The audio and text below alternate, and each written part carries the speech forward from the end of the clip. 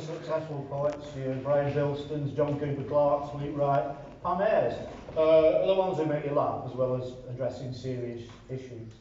Academia sees them as not proper poets. This is my poem called I'm Not a Proper Poet Me, or Back When Adam delved and Eve spun, who then was Sir John Betjeman? I'm not a proper poet, me. I drop me H's frequently. Yes, Pam Ayres seems to do all right, but imagine the outraged cries of the non-plus literati if she took the Pulitzer Prize. My lingua franca, to be frank, seems at odds with the polished tongue. An RP speaker might assume my mum and dad have got it wrong. Larky might blame my parents. See, I'm not a proper poet, me. I'm not a proper poet, me. Enunciation is the key. I bastardise a spoken word to perpetuate my vision, making use of the ellipsis and especially elision. My modern English usage will make old Fowler spit in his grave, thus leaving me made out to be a poor paltry knave. Whatever critical thinking is placed on this masterpiece, I know it won't be long before I'm nipped by the Grand Police. They want me under lock and key. I'm not a proper poet, me. I'm not a proper poet, me. Life interrupted poetry, but life has given so much more. It brought uncertainty and fear along with much love and laughter, but little income in each year. Working hard and then hoping for easy terms on a frigid air. It must be nice composing verse in the rarefied Oxbridge air, writing in the sheltered housing of a desk in some campus space, 6 hours a week of tutoring, then back to the Tassimo face. It's not Kay Tempest's urban rage or Wilfred Owen's pointless walk, sustained by bourbon biscuits and the single malt in the drawer. Condescending cognoscenti, forget you can write from the heart. Sometimes you have to live some life before it's time to make a start. You bet your man that Betjeman managed fine without his degree, the first poetry superstar and a regular on TV.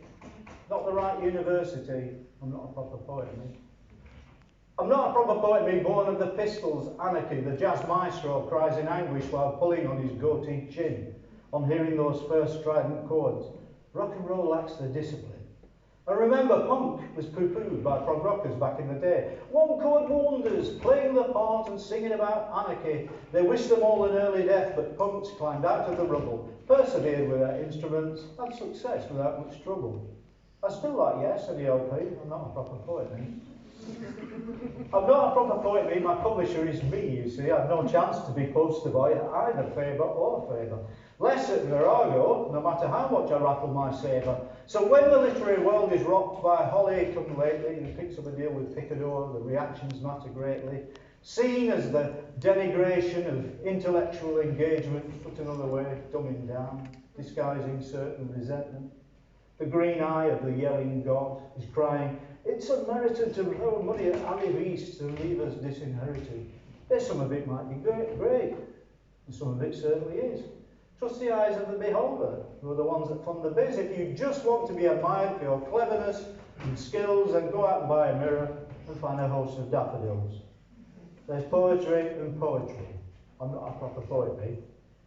I'm not a proper poet, me. I stand up for equality. Let's hear it for the spoken word, a fanfare for the common man, a way to progress their writing, perhaps the only way they can, with parent-funded internships, creating a social impasse.